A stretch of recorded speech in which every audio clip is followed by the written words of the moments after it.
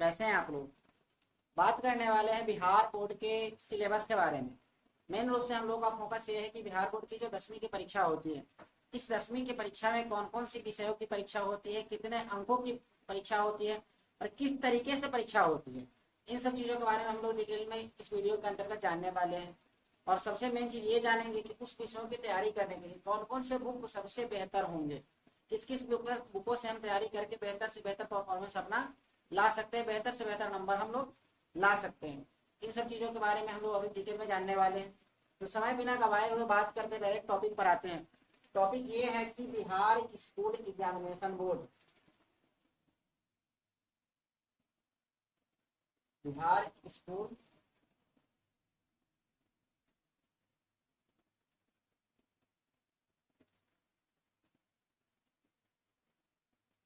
Examination board यानी कि BSEB।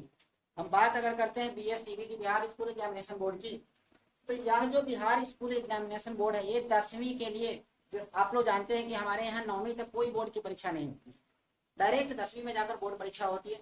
तो बोर्ड परीक्षा में ये 500 अंकों की परीक्षा कंडक्ट होती है, जिसका मार्क्स अनिवार्य होता है कि हर हाल में पास करना ही करना है। 500 विषय कौन, 500 नंबर में पास करना है। और वो 500 नंबर के कौन कौन से विषय होने वाले हैं, इसके बारे में हम लोग भी डिटेल में जानते हैं। पहली बात तो हम लोग ये जानते हैं कि 500 नंबर का भी BSEB एग्जाम लेते हैं, BSEB इसको शॉर्टकट में बोलते हैं हम लोग। ये जो 500 नंबर की एग्जाम लेती है, इसमें कौन कौन से विषय होते हैं, तो आपको बता दें कि विषयों की अगर बात करें, एक तो गणित है, दूसरा विज्ञान है, तीसरा विषय आता है सामाजिक विज्ञान,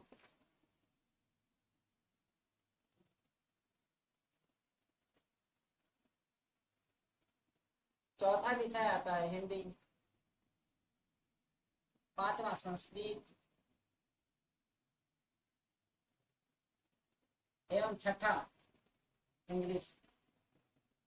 हालांकि विषय तो यहाँ पर 6 हैं, लेकिन परीक्षा में नंबर केवल 500 अंकों के आधार पर ही दिया जाता है। यानी इसका मतलब हुआ कि इसमें से कोई कुछ विषय अनिवार्य है, कुछ विषय अनिवार्य नहीं है। तो सबसे पहले आपको बता दें कि हमने यहाँ पर जो इंग्लिश लिखा है ना, बिहार बोर्ड के 10वीं की परीक्षा में यह इंग्लिश अनिवार्य नहीं है।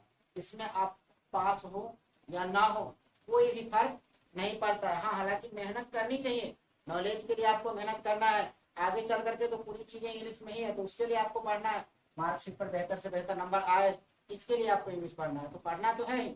तो उतनी अनिवार्यता इसकी नहीं है। बिहार बोर्ड की बात करें 10वीं की, तो आते हैं गणित में। तो गणित की परीक्षा 100 अंकों की होती है। ये 100 अंकों की जो परीक्षा होती है, ये 100 अंकों की परीक्षा दो तरह से होती है। एक तो दो तरह से क्वेश्चन पूछे जाते हैं। पहला वस्तुनिष्ठ प्रश्न, बहुवैकल्पिक क्वेश्चन आते हैं, इसमें 50 नंबर के ऑब्जेक्टिव एवं 50 नंबर के सब्जेक्टिव क्वेश्चन होते हैं। बात करते हैं विज्ञान की, तो विज्ञान की परीक्षा ही 2 टर्मों में होती है। पहला तो हम लोग प्रैक्टिकल बोलते हैं और दूसरा को थ्योरी बोलते हैं। प्रैक्टिकल की जो परीक्षा होती है वो आपकी स्कूल में परीक्षा होती है, और प्रैक्टिकल की परीक्षा 20 अंकों की होती है। थ्योरी की परीक्षा 80 अंकों की होती है, और ये 80 अंकों की परीक्षा भी 2 भागों में होती है। 2 तरह के क्वेश्चन इस 80 अंक में पूछे जाते हैं, पहला ऑब्जेक्टिव एवं दूसरा सब्जेक्टिव। ऑब्जेक्टिव के जो होते हैं वो 40 अंकों के क्वेश्चन होते हैं, सब्जेक्टिव में भी 40 अंक होते हैं। आगे बढ़ते हैं सामाजिक विज्ञान की तरफ। सामाजिक विज्ञान की परीक्षा भी सेम विज्ञान की तरह ही होती है। जिस तरह से हमने विज्ञान में देखा है कि एक 20 नंबर का होता है प्रैक्टिकल और 80 नंबर का होता है थ्योरी। इस 80 नंबर के थ्योरी में 40 नंबर के ऑब्जेक्टिव और 40 नंबर के सब्जेक्टिव क्वेश्चन होते हैं। अब नंबर आता है हिंदी, संस्कृत, इंग्लिश का। तो हिंदी की जो परीक्षा है ये 100 अंकों की होती है। 100 अंकों में 50 ऑब्जेक्टिव एवं 50 सब्जेक्टिव की परीक्षा होती है। बात करते हैं संस्कृत की। संस्कृत की भी 100 अंकों की परीक्षा होती है, 50 ऑब्जेक्टिव एवं 50 सब्जेक्टिव। आगे बढ़ते हैं, बात करते हैं इंग्लिश की। इंग्लिश का भी सेम ऐसा ही प्रोसेस है। 100 अंकों की ये भी परीक्षा लेती है, 50 ऑब्जेक्टिव एवं 50 सब्जेक्टिव। ठीक है, तो यहाँ पर 100, 100, 100, 100 और 100 टोटल 500 अंकों की परीक्षा होती है। इसका नंबर हमारे मार्कशीट में जुड़ता है। बचा इंग्लिश, इसका नंबर हमारे मार्कशीट में बिल्कुल नहीं जुड़ता है। ठीक है, नीचे में कॉर्नर में आपका सबसे नीचे मार्क्स लिखा रहेगा कि इंग्लिश में आपने इतना नंबर लाया, बस इससे आपके सर्टिफिकेट पर कोई इफेक्ट नहीं पड़ने वाला, मार्कशीट पर कोई इफेक्ट नहीं पड़ने वाला है। अब यहाँ पर बात करते कि पासिंग स्कोर क्या है। तो आपको बता दें कि मैट्रिक में फर्स्ट डिवीजन लाने के लिए आपको 300 नंबर लाने होते हैं, सेकेंड डिवीजन लाने के लिए आपको 225 नंबर लाने होते हैं, और थर्ड डिवीजन के लिए आपको 150 नंबर लाने होते हैं। यहाँ इतना नंबर में आप पास कर जाइएगा। इसके से कम जिसका नंबर 150 से नीचे जिनका भी नंबर आया वो फेल कैटेगरी में आते हैं, वो लोग पास नहीं होते हैं। ठीक है, यहाँ तक चीजें क्लियर है। अब हम बात करते हैं कि सर ये सारी चीजें ठीक है, अब इसके लिए बेस्ट किताब कौन कौन सा है, कैसे कैसे तैयारी करना है। सब तो समय को बिना गवाए हुए आपको बताएं कि गणित की अगर बात करते हैं, विज्ञान की अगर बात करते तो आप जानते हैं कि सबसे पैटर्न की एग्जाम के पैटर्न की अगर बात करें तो एग्जामिनेशन बीटीसी के पैटर्न के आधार पर होती है। बीटीसी के ऊपर आधारित एग्जाम होती है कि बीटीसी में जैसे क्वेश्चन का सेटअप होता है सेम वैसा ही एग्जाम में क्वेश्चन पूछा जाता है। लेकिन हम अगर बीटीसी से तैयारी करें तो हमारी बेहतर तैयारी नहीं होती। तो तैयारी हमेशा एक किसी न किसी साइड बुक से करें, एक साइड बुक रखिए, उससे बेहतर से बेहतर तैयारी करिए और बीटीसी से प्रैक्टिस करिए। कोई दिक्कत नहीं, प्रैक्टिस की बुक है, प्रैक्टिस करिए। अगर से मैथ की बात करते हैं तो मैथ आपको बता दें कि मैथ है प्रैक्टिस का चीज। अब प्रैक्टिस का चीज है तो प्रैक्टिस करने के लिए ज्यादा से ज्यादा क्वेश्चन चाहिए। एक दो क्वेश्चन से तो प्रैक्टिस होगा नहीं, एक दो 100 क्वेश्चन चाहिए, तभी जाकर के अच्छे से प्रैक्टिस हो सकता है। तो मैथ में ना प्रैक्टिस के लिए साइड बुक बहुत सारे आते हैं, तो हम प्रेफर आपको ये करेंगे कि आप पहले कोई साइड बुक उठाइए और साइड बुक से बनाना शुरू कर दीजिए। साइड बुक अगर बना लेते हैं उसके बाद आप बीटीसी का मैथ उठाइए और बनाना शुरू कर दीजिए। साइड बुक बनाने का एक टारगेट रखिए कि देखो हमने फरवरी में या मार्च में पढ़ना शुरू किया है मैथमेटिक्स या सारा सब्जेक्ट, तो फरवरी मार्च से लेकर नवंबर तक, नवंबर से एक दिन ज्यादा नहीं होने देंगे, पूरा नवंबर लेंगे और नवंबर तक हमें खत्म कर देना है साइड मैथ का बुक। उसके बाद जो समय बचता है उसमें हम लोग बीटीसी का मैथ बनाएंगे। फुल प्रैक्टिस, फुल कॉन्फिडेंस के साथ गारंटी लेते हैं कि अगर आप इस प्रोसेस से चलते हैं तो आपका 95 नंबर से कम मैथ में आ ही नहीं सकता, उससे ऊपर आएगा। ठीक है, अब बुक की अगर बात करें तो सर कौन कौन सा बुक बेहतर होगा, तो सबसे पहले आपकी जानकारी के लिए हम बताएं कि अगर मैथ की ही बात करते हैं तो मैथ में सबसे बेहतर जो बुक है वो है नॉर्मल जो मार्केट में चलता है वो है भारती भवन। पहला है भारती भवन, आर.एस. अग्रवाल, आलोक, ब्रिलियंट, केसी सिन्हा और उसका आर.डी. शर्मा। सबका है आर.डी. शर्मा का। कितने सारे बुक हैं और सबसे टॉप पर अगर हम ऐसे तो बीटीसी ये भी है। इन बुकों की तैयारी करनी होगी। इस बुक को बनाने के लिए, इस बीटीसी तक आने के लिए अगर हम इस सभी में से 3 से 7 बुक है ना, इस 7 में से किसी एक बुक से बनाते हैं तो ज्यादा बेहतर होता है। हालांकि सारे के सारे बुक अपने अपने जगह पर अच्छे हैं। हमने आर.एस. अग्रवाल बुक को डील किया, हम लोग वैसे ही इंस्टीट्यूट में आर.एस. अग्रवाल का बुक चलाते हैं। यह बुक ना हमें ऑब्जेक्टिव क्वेश्चन के लिए सबसे बेहतर लगा है। सटीक क्वेश्चन रहता है, शॉर्ट एग्जाम्पल के क्वेश्चन रहते हैं, कुछ कंपटीशन में जो क्वेश्चन पूछे जाते हैं उस लेवल के भी क्वेश्चन रहते हैं, तो ये बुक हमें ज्यादा बेहतर लगा। वैसे भी कम्पिटिटिव लेवल में ना आर.एस. अग्रवाल का बुक अच्छा खासा भी चलता है। आप इसमें से कोई भी एक साइड बुक उठाइए और नवंबर तक उसको कंप्लीट करिए। नवंबर के बाद आपको बनाना है बीटीसी। आते हैं विज्ञान की तरफ। विज्ञान का बीटीसी ना कोई खास नहीं है, वो भी शॉर्टकट में ही दे दिया, लेकिन हम लोग मतलब क्या बताया, साइंस शॉर्टकट की चीज थोड़ी है, वो तो ज्यादा से ज्यादा समझने की चीज है ना। तो साइंस बीटीसी से काम नहीं चलेगा।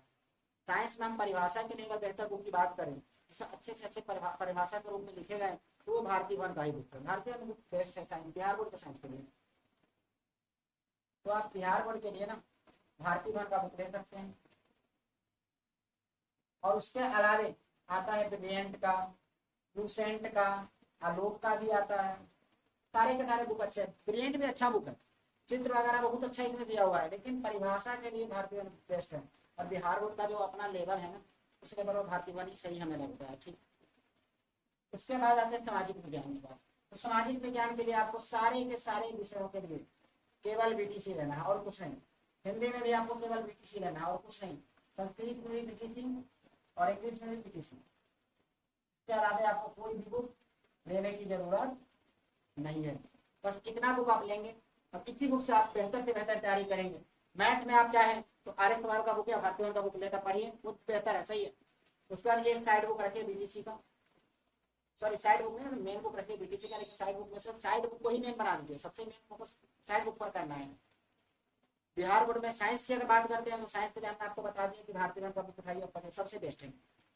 और कोशिश हमेशा एक चीज रखिए, जितना भी छोटा से बड़ा टॉपिक, छोटे छोटे टॉपिक की हम अगर बात करते हैं, कोई भी टॉपिक आप पढ़ रहे हैं ना, उस टॉपिक का चित्र आपके कॉपी में होना चाहिए। बिना चित्र का भाई साइंस बनने वाला नहीं। और विषय आप पढ़ लीजिएगा, लेकिन साइंस बिना चित्र का काम ही नहीं चलेगा।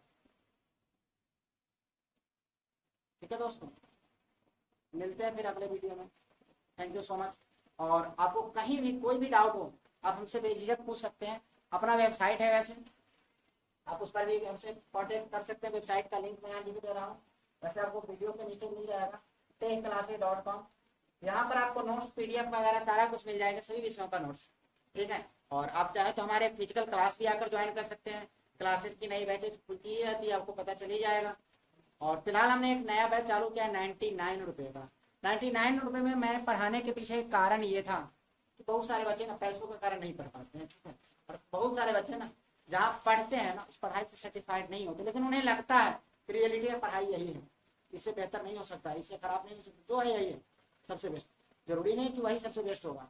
हम ये कहते हैं कि हमारे यहाँ बच्चे आए पढ़ें। और 99 रखने का रीजन ये था, तो आप कहीं पढ़ रहे हैं ना तो वहाँ छोड़ने की आपको जरूरत नहीं पड़ेगी, आप पढ़िए।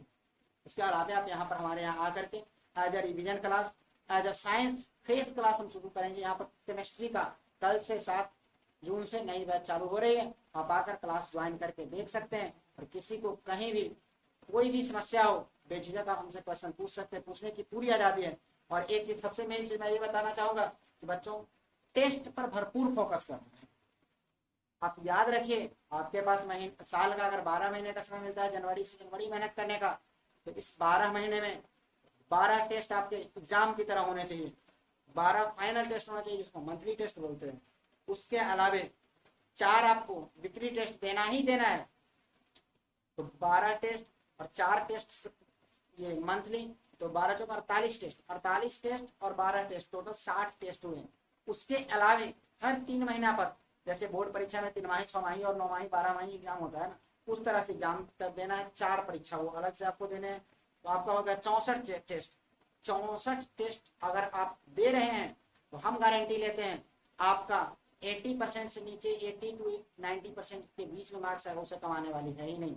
हम ये गारंटी नहीं लेते कि आपका 100% आ ही जाएगा, ठीक है, क्योंकि बच्चे मेहनत करेंगे तभी नंबर आएगा। लेकिन बेहतर से बेहतर जरूर आएगा, सबसे बेहतर आएगा, बेहतर ही नहीं, सबसे बेहतर नंबर आएगा। और सबसे बेहतर नंबर आने के लिए सबसे बेहतर मेहनत करने की जरूरत पड़ेगी।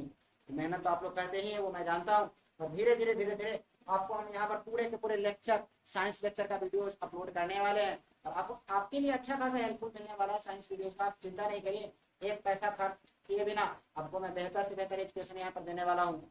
ठीक है, तो दोस्तों मिलते हैं फिर अगले वीडियो में अगले टॉपिक पर।